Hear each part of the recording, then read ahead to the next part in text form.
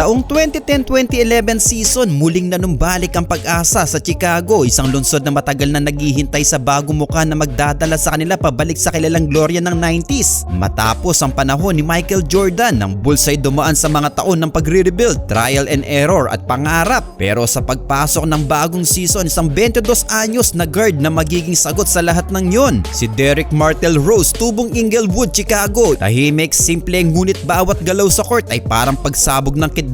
Kung ang kanyang unang 2 taon ay nagpakita ng potensyal, ang 2010-2011 ang season na nagbukas sa buong mundo ng katotohanan, handa na siyang mangibabaw. Bago magsimula ang season, tinanong si Rose ng isang reporter, "Do you consider yourself an MVP candidate?" Ngumiti lang si Derrick Rose at walang takot na sumagot, "Why not? Why can't I be the MVP?" Hindi yun kayabangan mga idol, yun ay paniniwala. At simula sa opening games, pinakita niya hindi yun pangarap lang. Sa unang linggo pa lang kumakabig na siya ng 30+ points games, clutch plays, coast to coast drives at mga acrobatic layups na halos imposible sa isang ordinaryong player. Sa paligid niya ay padyak ng bagong sistema ni Coach Tom Thibodeau, mataas na depensa, masusing execution at tiwala sa batang point guard bilang puso ng opensa. Sa pagtatapos ng regular season, ang kanyang all-around dominance ay nagbunga ng stellar numbers: 25 points per game, 7.7 assists per game, 4.1 rebounds per game, 1 steals, 44.5% sa field goal, 33% sa 3-point area at 81% sa free throw line. At higit sa lahat, dinala niya ang Chicago Bulls sa 62-20 win-loss record, ang best record sa NBA. Tinalo ang powerhouse teams na punong-puno ng superstars gaya ng Miami Heat na mayroong LeBron, Wade at Bosh. Sa Boston Celtics naman may Paul Pierce, KG, Allen at Rondo. Sa panahon na ito mga idol na nagsisimula ang super team era, isang 22 anyos ang lumabang mag-isa at nangibabaw sa kanilang lahat sa season ito. February 17, 2011 versus San Antonio Spurs, ito ang pako sa dibdib ng mga nagduda. Ang Spurs noon ay isa sa pinakamagaling, pinakadisiplinadong kupunan sa buong liga, pero sa gabing yon tanaw ang bagong hari mga idol. Floater dito, spin move doon, pull up, hesitation, euro step, crossover, lahat yan ay ginawa ni D. Rose. Pinangunahan niya ang Bulls sa isang napakahalagang panalo gamit ang 42 points, ang pinakamataas niya sa season na ito. October 30, 2010 versus Detroit Pistons ay nakapagtala naman siya ng 39 points. Isang maagang paalala na ibang klase ang batang ito, halos walang nakasabay sa kanya sa bilis at explosiveness. Sa bawat drive niya parang nagbabackpedal ang depensa bago pa siya lumundag. Sa epekto ng larong yun, maraming analyst ang nagsabing parang MVP season na wala pa silang alam. January 15, 2011 versus Miami Heat na makapagtala naman siya dito ng 34 points at 8 assists. Ito ang sinasabing statement game, harap-harapang kalaban ng bagong tatlong superstar ng Miami, LeBron James, Dwayne Wade at Chris Bosh, pero hindi natinag si Rose mga idol. Pagdating sa 4th quarter, nag-welcome siya sa Heat gamit ng mga shot na clutch at fearless drives. Sabi ng mga komentaryo, Rose is not afraid of anybody. He wants all the pressure. At totoo, parang siya ang nagmamaniobra ng laro mga